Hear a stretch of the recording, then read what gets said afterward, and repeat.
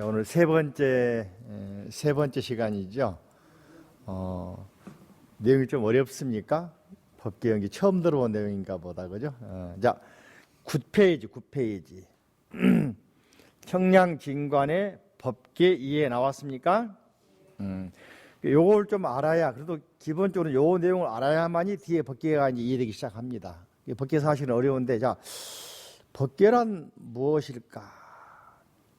그리고 왜 불교에서 수행자들이 화엄을 한 사람들이든 선을 한 사람들이든 법계를 알아야 된다. 그래서 우리가 많이 알고 있는 내용 가운데 화엄경 내용 가운데 이런 말이 있죠. 따라할까? 약인요교지 삼세일체불 응관법계성 일체유심조.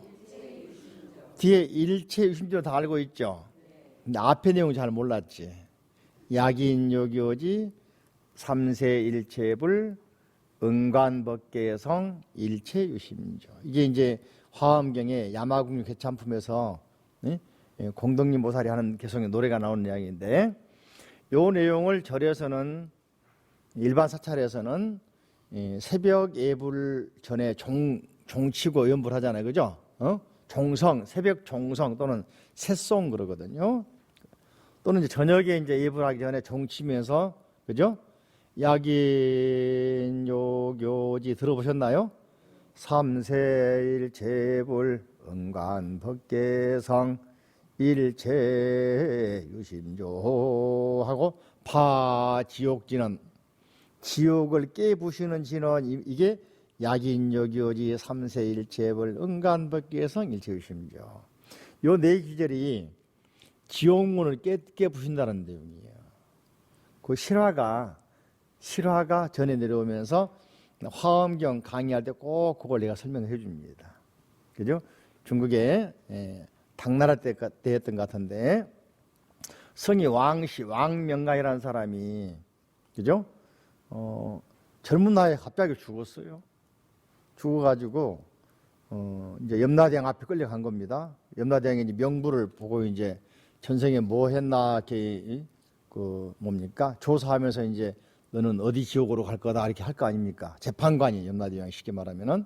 근데 염라대왕한테 가기 직전에 지옥 문 앞에 머리 깎은 지장보살이 딱 합장하고 서가지고서는 그 왕씨를 부르더라는 거야.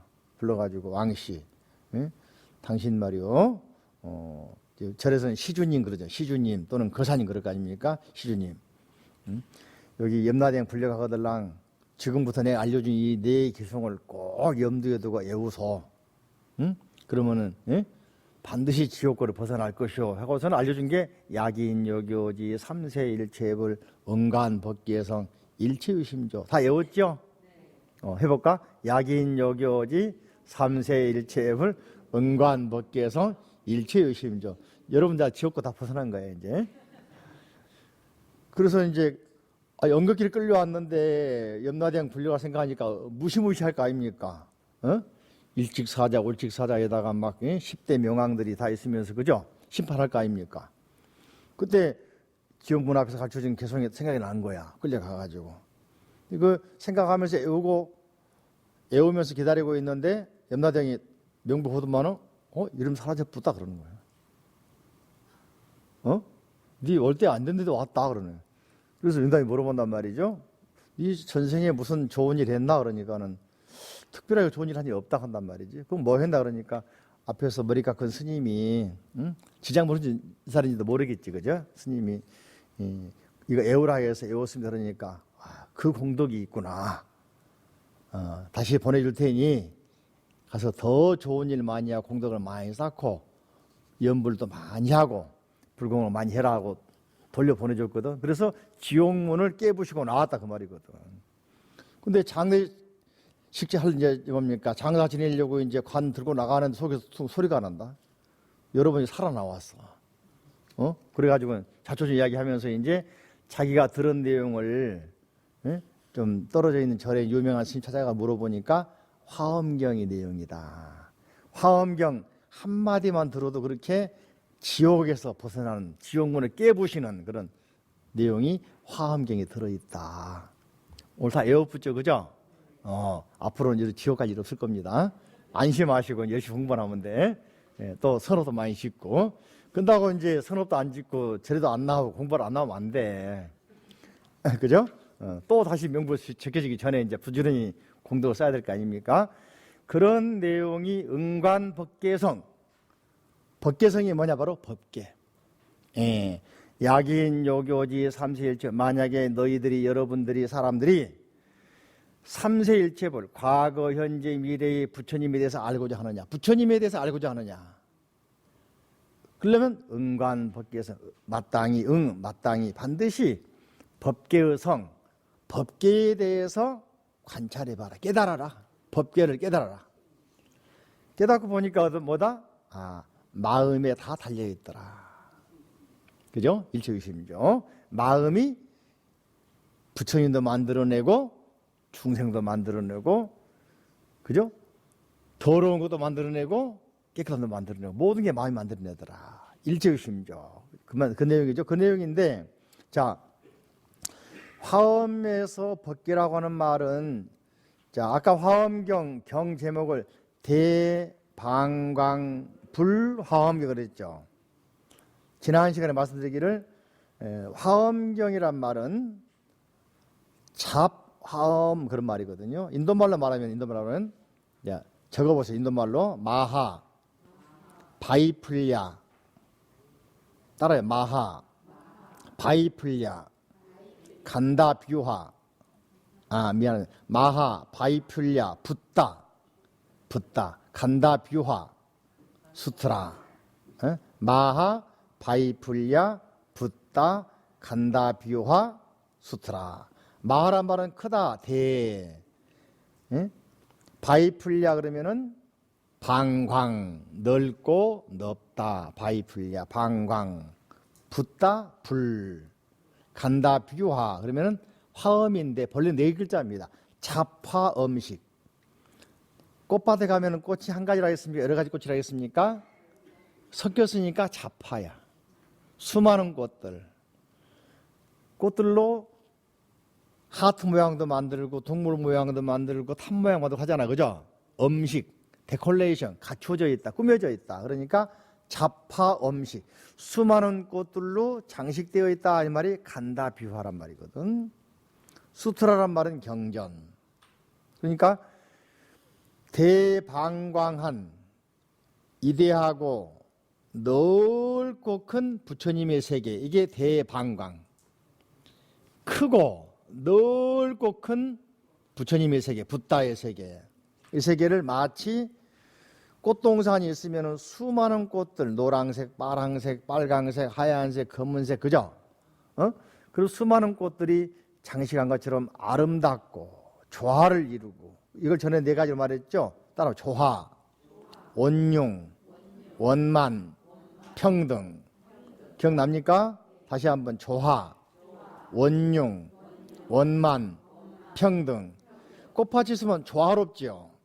원융, 하나의 어떤 모양 또는 다양한 모양 만들고 있으니까 원융이잖아요. 그죠? 원만, 각각 꽃들이 색이 다 갖춰져 있잖아요.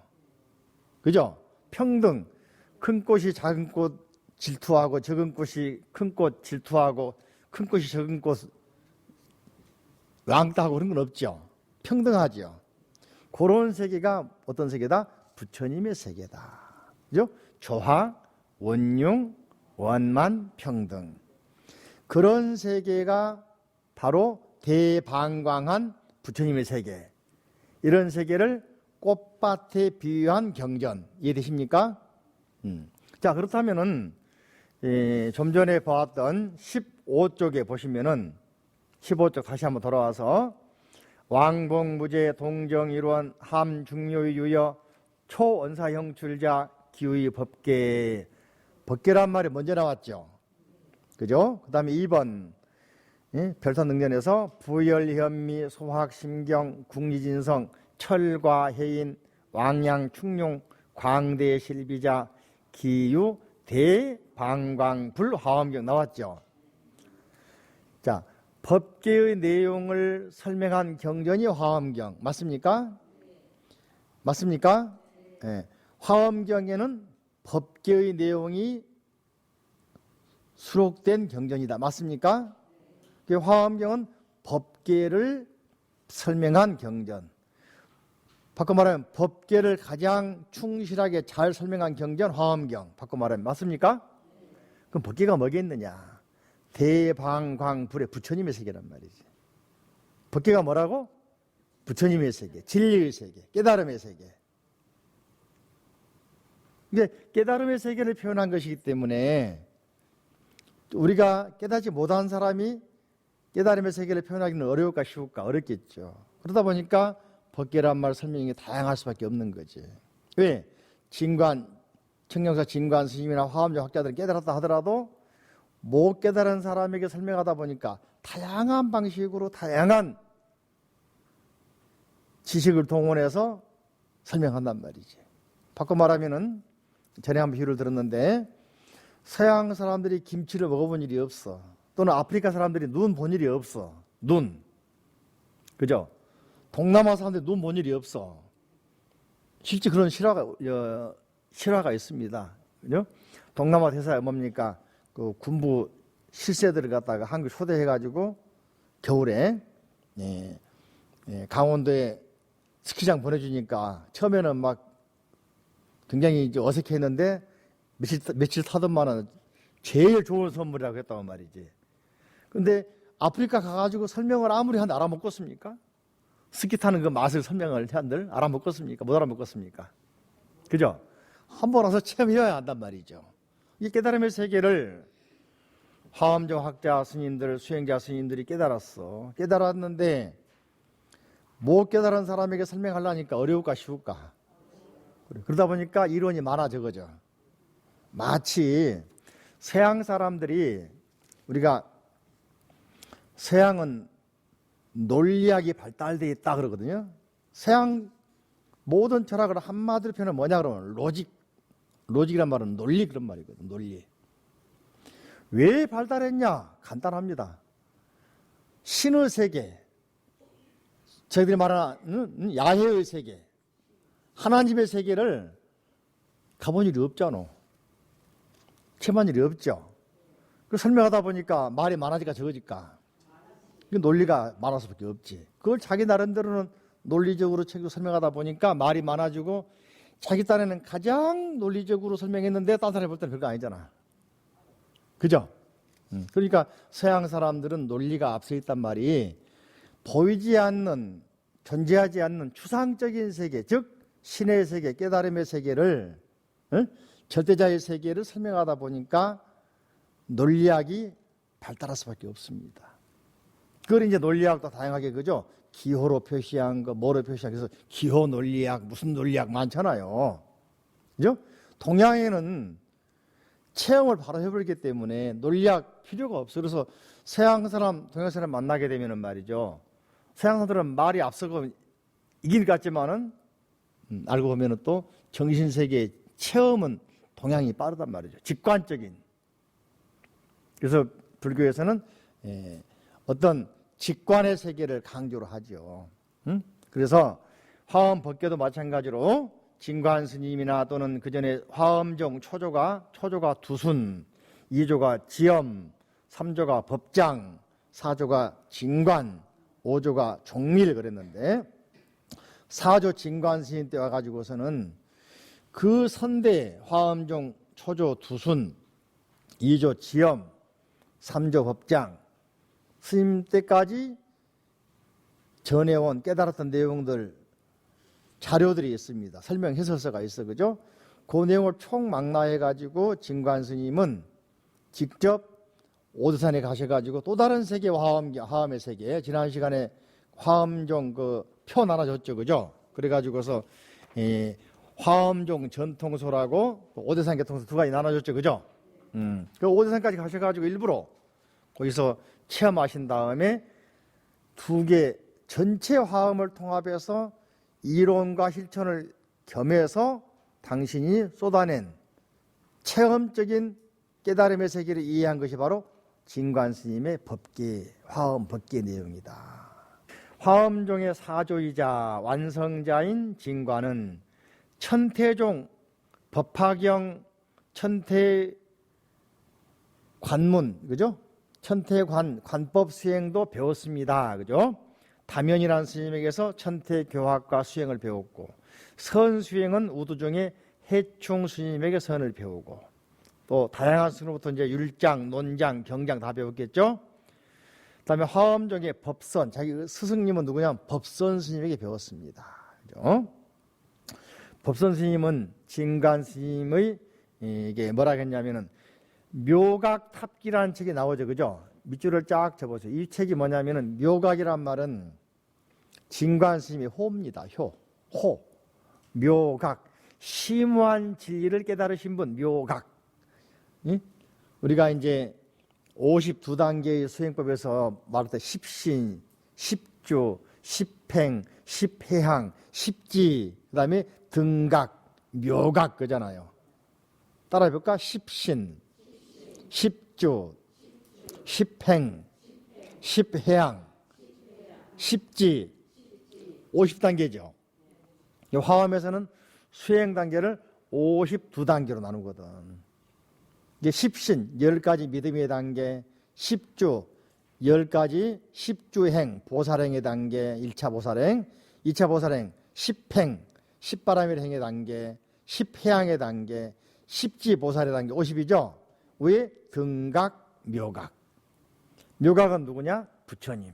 그러니까 당시 왕들이 청량무사 진관 스님에게 호를 주기를 당신은 부처님이십니다. 이렇게 효를 준 거예요.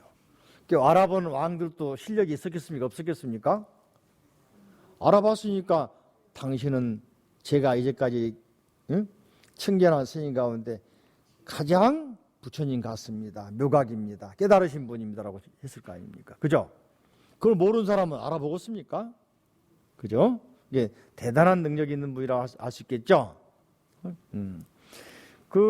묘각 탑기, 그러니까 돌아가신 후에 그분이 이제 진관스님 돌아가시고 나서 사리탑을 만들었겠죠. 그죠? 그 탑의 기록이, 그 탑 이름이 묘각탑이고, 탑에 이제 요 탑은 청량국사 진관스님이 어떻고 쭉 나왔을 거 아닙니까? 그 기록을 탑기 그런 거예요. 집을 지으면 상량문이 있죠? 상량하고 문 뭐 써서 넣잖아요. 그죠? 그러듯이 탑을 세워도 탑에 기록이 있는 것이거든. 거기에 이제 그분의 일생에 대해 쫙 간략하게 쫙 이렇게 정리해 놓겠죠. 그 기록에 의하면은, 그러니까 신빙성이 있을까 없을까? 있겠죠. 그죠? 그죠? 예. 여기 이제 스승인 법선 스님께서 청량 진관 국사에게 화엄에 대해서 인가한 장면이 나온다고요. 같이 읽어볼까요? 오직 대화엄경은 동경의 법선화상에 의지하여 깊고 심오한 뜻을 배웠다. 상근기라서 바로 깨달았을 뿐만 아니라 다시 널리 강의도 하였다. 스승인 법선대사는 법계는 전적으로 너에게, 밑줄 쫙 칩니다. 노란 색깔 형광펜을 가지고 법계는 전적으로 누구한테 있다? 너한테. 너는 누굽니까? 진관국사. 너는 누구라겠어요? 진관국사, 청량진관. 법계, 즉 깨달음은, 화엄의 모든 원리를 깨달은 사람은 누구냐? 바로 너다. 이렇게 인정한 거잖아. 그죠? 이해되십니까? 법계는 전적으로 너에게 있다라고 인가했죠. 스승이 제자 인가했으니까 제자가 괜찮겠습니까? 뛰어나겠습니까? 그렇죠. 그렇다면 그만큼 뛰어났단 말이죠. 따라서 화엄정의 흐름은 법장에서 해원, 법선, 진관, 지난 시간 나눠드린 법계표 하나 가지고 있습니까? 아니 가지고 있습니까? 보시면은 화엄종 전통서 그래가지고 초조가 따라하면 두순, 지엄, 법장, 그리고 사실은 해원, 법선, 진관 이렇게 연계되는데, 법장 스님과 진관 스님은 약 100여 년의 차이가 있다고 그랬죠. 사람 연대가. 법장 스님은 쉽게 말하면 우리나라 의상 스님과 비슷한 시대, 조금 뒤지지 하지만, 그죠? 근데 진관 스님은 통일신라 이후니까 한 100년 늦단 말이죠. 그죠? 그 100년 늦으니까 그 중간에 스승이 두 분 있었단 말이죠. 스승 또 할아버지, 그죠? 그런데 이제 송나라 때 와가지고서 혜원 스님과 법선 스님을 제하고 법장 스님의 법을 바로 이어받은 분으로 청량 진관을 이렇게 내세웠단 말이에요. 사조로. 그죠? 그 이야기는 지난번 조금 하다 했었죠. 조금 했었죠. 또 앞으로 나오니까 또 그때 하도록 하고. 아무튼 이런 관계인데, 그죠? 관계인데 자기 할아버지였던 법장 스님의 바로 제자였던 혜원 스님에 대해서 진관 스님이 소하고 초에서 화엄경 해설서인 소하고 소를 해설한 연희초에서 신랄하게 비판합니다. 왜 그럴까? 법장 스님의 본래의 뜻을 혜원 스님이 왜곡했다. 잘못 알고 있다라고 이렇게 비판하는데 그 내용을 저희들이 이제 파악해내온 논문도 있습니다만은, 그죠? 여기서는 이제 생략하도록 하고, 아무튼 진관 스님이 자기 노스님, 할아버지의 혜원 스님의 학설, 즉 법장 스님으로 이어오는 정법사 혜원 스님에게는 화엄경 간정기란 책이 있는데 이 책의 내용 가운데 법계연기 해설한 내용이 진관 스님은 마음에 안 든 거야. 응? 또 법장 스님의 내용을 혜원 스님이 이어왔겠지만은 이걸 두 가지 입장으로 나눠 설명했거든요. 두 가지 입장으로. 그러다 보니까 진관 스님이 새롭게 이제 뒤 아래 나와 있는 오대산 계통의 화엄산까지 포용해가지고 깨닫고 보니까 혜원 스님의 간정기에 나와 있는 화엄경 간정기라는 책에 나와 있는 법장 스님을 이어받았다고 했던 법계연기 해설이 잘못됐다라고 지적을 합니다. 지적 정도가 아니라 자기 할아버지 뻘 되는 스님의 책을 신랄하게 비판합니다. 그러면서 왜 비판하느냐? 잘못된 걸 지적하고 나는 법장 화엄종 3조라고 화엄종 교리를 대성한 법장 스님의 이론을 다시 제대로 설명하기 위해서 내가 비판하는 거다라고 이야기를 합니다. 그래서 설명한 내용이 진관 스님의 법계 연기 내용이거든요. 그래서 이런 내용을 보고 송나라 때 이수사가라고 하는 장수, 진수 이런 유명한 화엄종 악자 스님들이 혜원과 법선을 살짝 빼버리고 법장 스님하고 진관 스님은 시대적으로 한 100년 차이가 있지만은 법으로 이어받은 관계다라고 해서 법장 스님을 화엄종 3조, 진관 스님 화엄종 4조로 뭡니까? 기록해 놓은 거죠. 화엄종의 계보요. 족보에서 족보. 이해되십니까? 네. 그래서 진관 스님을 화엄종 완성자 또는 화엄종의 제4조 진관이라고까지 이야기를 할 정도입니다. 그래서 여기 이제 그 이유가 법장의 직계제자인 정법사 혜원은 화엄종의 사조가 되지 못하였다. 그 이유는 80화학류 주석서인 법장의 화엄경 약소를 계승하여 간정기를 찬송하였지만 법장의 본래 의도를 잃어버렸다고 진관이 화엄경소와 연희초를 통해서 신랄하게 비판했기 때문이다. 따라서 법장의 본래 의도를 회복하였다는 의미에서 송대 화엄학자들이 혜원과 법선을 제외시키고 진관을 화엄종 4조로 추앙하였다. 조금 이해가 됩니까 이제? 오케이. 그 근거는 법장의 5교와 10종을 그대로 계승한 점과 누가? 진관 스님이 법장 스님의 내세운 5교 10종 중요한 내용인데 그죠? 이건 좀 생략하도록 하고 5교 10종을 계승한 점과 법장의 법계연기 사상을 그대로 이어받은 공덕을 후대의 스님들이 평가해서 그렇다. 법장 스님의 제대로 된 법계연기 이어받은 사람 누구다? 혜원 스님이 아니고 진관이다.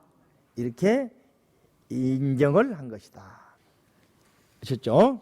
자, 넘겨보십니다. 10쪽. 또한 중생구제의 이타행을 중시하는 오대산 계통의 화엄. 오대산은 저번에 그 자료 보시면 나와 있죠? 따라 할까? 영변, 해탈, 이통현장자, 아까 자료 보시면은 이제 나로드는 화엄적 법계 보면은 그죠? 오대사는 영변이라는 스님이 화엄경을 해설한 책이 화엄경 소가 100권 있었는 나중에 왕들이 읽어보고서 이것은 소가 아니라 논이다. 보살들이라야 해설하신 내용의 그런 뛰어난 책이다 그래가지고 화엄경 소를 화엄경 논으로 평가해줘가지고 화엄경 논 권수로도 100권 어마어마하죠, 그죠? 쓰신 분이 영변, 그분의 제자가 해탈. 지난번 설명드리기를 오리산 가면 불광사란 절이 있는데 해탈 스님이 화엄경 독송하면서 산매에 빠져 있는 걸 해인산매 또는 화엄 불광산매에 들었는데 한밤중에 광명이 불이 엄청 높게 솟아 올라왔더라. 사람들이 불난 줄 올라가 보니까 불난 게 아니라 해탈 스님이 화엄 산매에 들어가 있더라. 방광을 하고 있더라. 그래서 절 이름을 뭐라 했다고? 불광사다. 그죠? 가보고 싶죠? 오대산 중국에 기회가 되면 가자고요. 그죠? 그래서 그런 해탈 선사, 그 다음에 그 뒤를 이어받아서 스님은 아니지만은 출가 의식은 안 가졌지만 거의 출가 수행을 한 분 같은 이통현 장자. 이분은 80권 화엄경을 해설한 신화엄경론. 이분 전부 다 오대산교 사람들은 정치권과 많이 떨어져 있었기 때문에 변방 저 산속에 있었기 때문에 이론적인 화엄경이 화엄사상이 아니라 실천적인 화엄사상을 중시했다. 즉 보살행을 참선 또 화엄을 직접 실천하는 쪽으로 바람일행을 실천하는 쪽으로 이렇게 중시하신 분들이기 때문에 보살행을 중시한 실천적인 화엄사상이라고 이야기를 한다. 이걸 배우려고 진관 스님이 39, 40 돼가지고 그동안 국사로 추앙받고 스승으로 이렇게 청받던 그런 모든 권위와 명예를 다 버리고 어디로 갔다? 오대산으로 올라갔다. 기억나시죠? 불원 말리, 천리길이야 말리길이야. 근데 진관 스님이 장안, 지금의 서안, 옛날 장안이죠. 옛날에는 모든 문물은 장안으로 통한다. 서양에서는 모든 문물은 로마로 통한다 했지 않습니까? 중국에서는 안 그래요. 모든 장안은 뭐라고 했습니까? 장안으로 통한다. 왜냐하면 장안이 실크로드의 출발점 종착역입니다. 중국에서 갈 때는 출발점이겠죠. 인도나 로마에서 올 때는 종착역이겠죠. 그래요, 안 그래요? 수도니까 모든 문물이 장안으로 들어와. 그래서 모든 문물은 장안으로 통한다 했단 말이지. 거기에 통해서 이제 저 도낭 지나가지고 인도로 가기도 하고 또 유럽으로 가기도 하고 했단 말이죠. 그만큼 당나라 때 문화가 세계적으로 세계와 교류하는 동네란 말이죠. 그런 황금기인데 당나라도 큰 시련을 몇 번 겪습니다. 그죠? 당나라 현종이 초기에는 정치를 잘했는데 중후반에 와가지고서는 잘 아시는 양귀비하고 썸씽이 있어가지고서 첩으로 이제 받아들이면서 양귀비 때문에 양귀비 혈족인 양국충이라고 하는 양귀비 삼촌인가 모르겠어. 날아와서 무식한 놈이 정치를 훈수를 둡니다. 그러다가 우리말로 하면 이제 자기 그 조카 빽미고 말이죠. 총리 재상이 돼버리는 거예요. 그 무식한 양국충이가. 그래서 정치를 흔드니까 알록산이가 당시에 하동 절도사거든. 근데 이제 알록산에 대해서는 여러 가지 이제 이야기 많이 했습니다. 알록산 많이 유명하죠. 유명한데 그 사람이 아마 이란 계통 사람이지 않겠느냐는 말도 합니다. 좀 체격이 좀 우락부락하고 컸던가 봐. 백인 비슷하게. 근데 이제 절도사니까 요즘 말하면 도지사란 말이지. 좀 크다 보니까 그 지역에 하나 영주야. 그래서 왕 만나기 위해서 그냥 그 사람도 칼을 차고 들어오니까 함부로 막 들어온단 말이죠. 왕실에까지. 응? 그러다가 양국충하고 이제 의견이 부딪히게 되겠죠. 양국충이가 이제 황제 만나러 오면은 나중에는 이제 못 만나도록 기다리라고 그러고, 기다리는 게 하루 이틀이 아니라 한 달씩 하고, 그 속에서 우라통 터질까 안 터질까? 예, 그래가지고 알록산이가 자기 부관 사사명이하고 둘이서 짜가지고 말이죠, 반란을 일으켜버립니다. 그래서 중국 천하를 뒤집어 버립니다. 결과적으로는 이제 당현종이 양귀비 끌고 일가 끌고 도망갑니다. 도망가다가 지금의 사천성 저 남쪽 옛날에 총나라까지 도망가죠.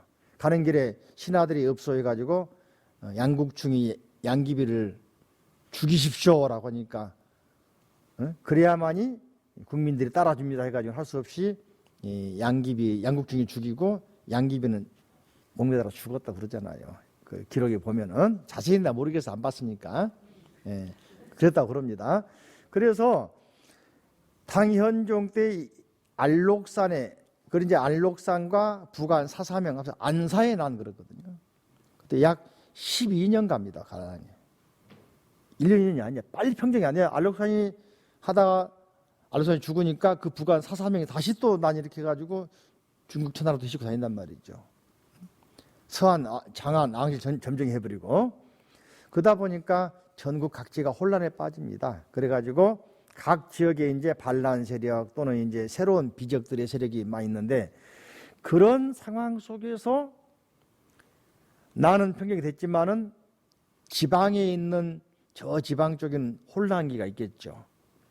그러니까 장안에서 출발해가지고 종남산에서 출발해가지고 저 산서성의 오대산까지 간다는 것은 말리길이라, 말이 말리길이지 목숨 걸고 가는 길이거든요. 그거는 무릅쓰고 진관 스님 오직 한 가지, 지난번에 배웠던 내용 가운데에서 자 7페이지 부교재 7페이지 노란 책 7페이지 있죠. 가운데 보시면은 이 지주처품 찾았습니까? 지주처품 개념 문수 수사 관조 5대 수 불어 말리, 그죠? 예. 보살 주처품, 주처품에 이르러 가지고 개념 분기했어. 왜 내가 이걸 모를까 생각했어, 그죠? 문수 보살이 수사 관조 5대 사안에 따라서, 기도한 사람에 따라서, 어떤 일에 따라서, 현상에 따라서 5대를 간조한다. 5대는 오대산이 5개의 봉우리니까 5대. 동대, 서대, 남대, 북대, 중대. 우리나라 자장스님도 중대에서 약 6년간 문수보살 친구나 기도했다 했지 않습니까? 그죠? 예. 이 5대를 간주한다, 이런 말을 보고서는 당신이 의심이 확 생긴 겁니다. 화두야, 화두. 왜 문수보살이 5대를 관주할까? 가서 보고 싶은 거야. 참배하고 싶은 거야. 그래가지고 불언 말리길을 마다하지 않고 누가? 진관국사가 서안의 그 좋은 자리, 선생님으로 추앙받고 있고 왕사 국사로 추앙받는 그 자리를 다 놓아두고 어땠다? 다 놓아둬 버리고 자기 짐 다 짊어지고 갔을까? 아니면 그냥 다 놓고 갔을까요? 여러분, 멀리 말리길 가려면 이고지고 싸지 먹어 저 가야 될까? 놓고 가야 될까? 놓고 가도 힘든데, 그죠? 그래서 말리길을 갔다 오셨다. 약 15년간 거기서 머물렀다.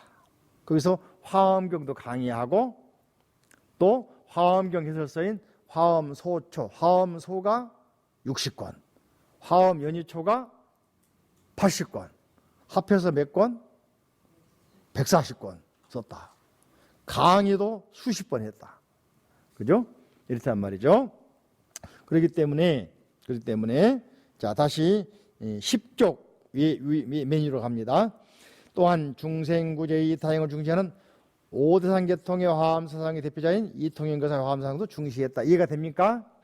아직 내용은 안 나왔어. 내용은 나중에 다시 이제 설명할 겁니다.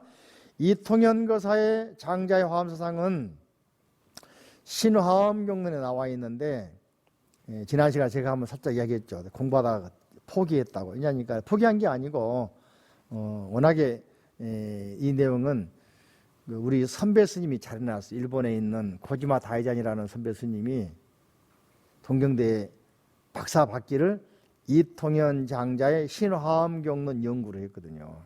했으니까 내가 안 했지. 나도 처음에 할 생각이 했었어. 근데 선배가 해놓는 것도 한 뺏기기밖에 더 하겠어. 그러니까 내가 안 했다니까. 그분 하시라고. 그분 연구한 내용을 우리가 쭉 이제 받아보기도 하고 같이 토론도 하고 공부도 했는데, 예, 그분이 참 친절하게 말이죠. 제가 참 감사히 생각하는 게 동경대에 있을 때 우리 그 지도 교수인 김우라 선생님 교수님도 화엄 전공인데 그분 보고 동경 찾아간 거거든요. 화엄 전공인데 이분은 소위 말하면 정통파야. 여기 나와 있는 종남산, 법장, 지엄 법장 연구하신 분이야. 근데 우리 이 선배 스님은 이통현 연구한 분이야. 우리 지도 교수였던 김우라 교수님은 전통설 연구하신 분이고, 보지마 우리 선배님은 오대산 연구하신 분이고, 내가 두 개 다 믹스했으니까 나는 진과집 연구한 사람이고. 재밌죠, 그죠? 이통현 장자의 신화엄경론에는 이제까지 중국의 화엄경 학자들이 언급하지 않았던 내용이 꽉 들어차 있다.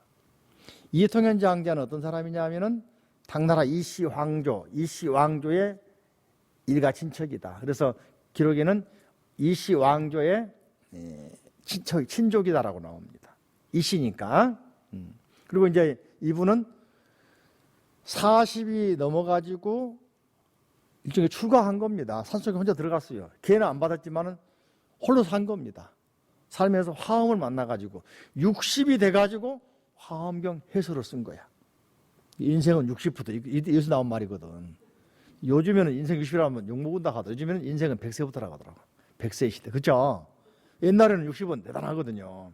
그래가지고 80 몇 세 돌아가실 때까지 이분은 책을 쓰셨어요. 화엄경 책을 썼어요. 요 영향 받은 사람 우리나라에는 고려시대 보조국사 진울,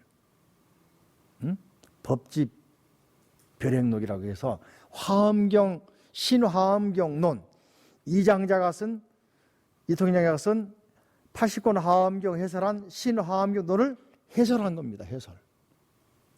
일본에서는 묘예라고 하는 스님이 해설을 했고, 그죠? 이 보조국사 진울 그러면은 고려시대 왕사 국사잖아요. 보조국사 진울 국사니까, 그죠?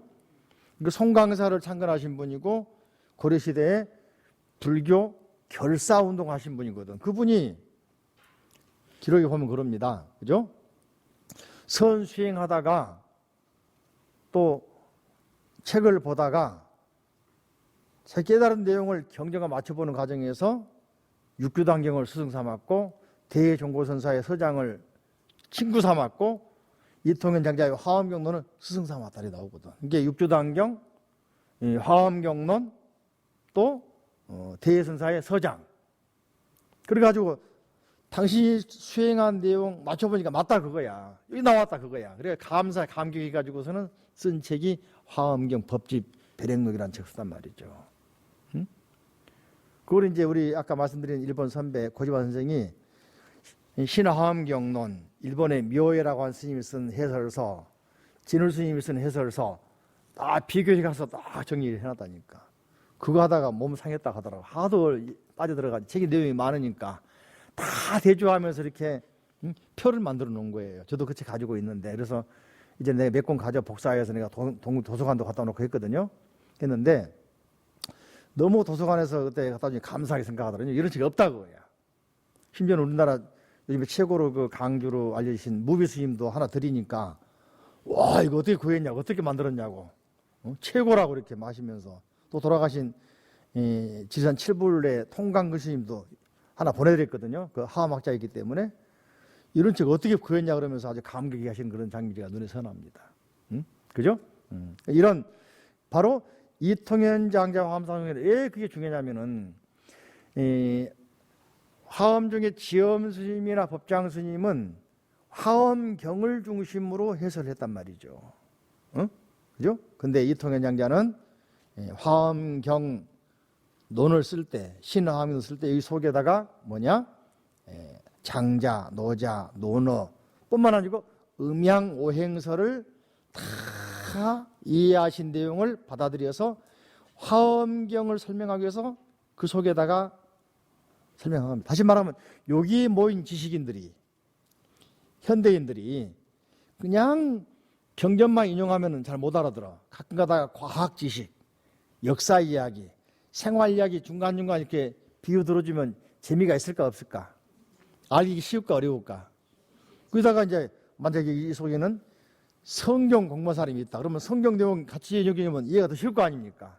당시의 지식인들에게 화엄을 설명하기 위해서 신화엄경론 속에는 주역, 노자, 장자, 논어명자 등 유교 그리고 음양, 오행설을 다 믹서해서 설명했기 때문에 그런 내용, 주역의 원리 나중에 나옵니다. 이 책에 나옵니다. 주역의 원리를 이해를 못하면은 이해가 안 돼 버려. 그걸 우리 선배 스님인 고지마 스님이 연구를 다 해놨다란 말이지. 그러니 제가 할 필요가 없잖아, 그죠? 그걸 이용하면 되니까. 그래서 저는 청량진관 연구하기로 이렇게 생각을 하고 연구했던 것이죠. 그런 의미에서 청량진관 스님도 오대산에 올라가려는 이유는 바로 여기입니다.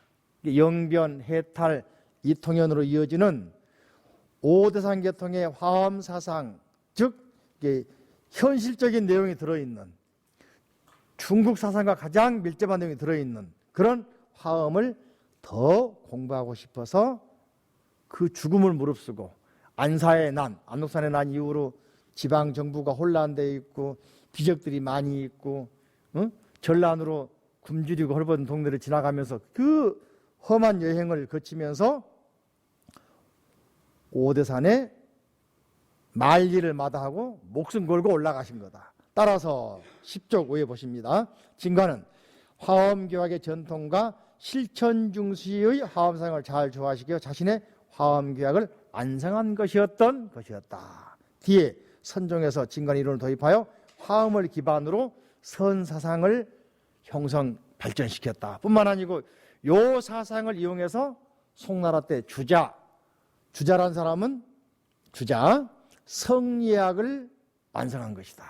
그러니까 이 화엄 사상이 이론이 바탕이 돼서 선수행의 이론, 즉 깨달음의 이론 뿐만 아니고 성리학의 이론도 나왔다.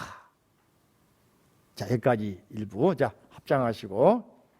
자, 부처님 감사합니다. 자, 부처님 가르침에 감사합니다.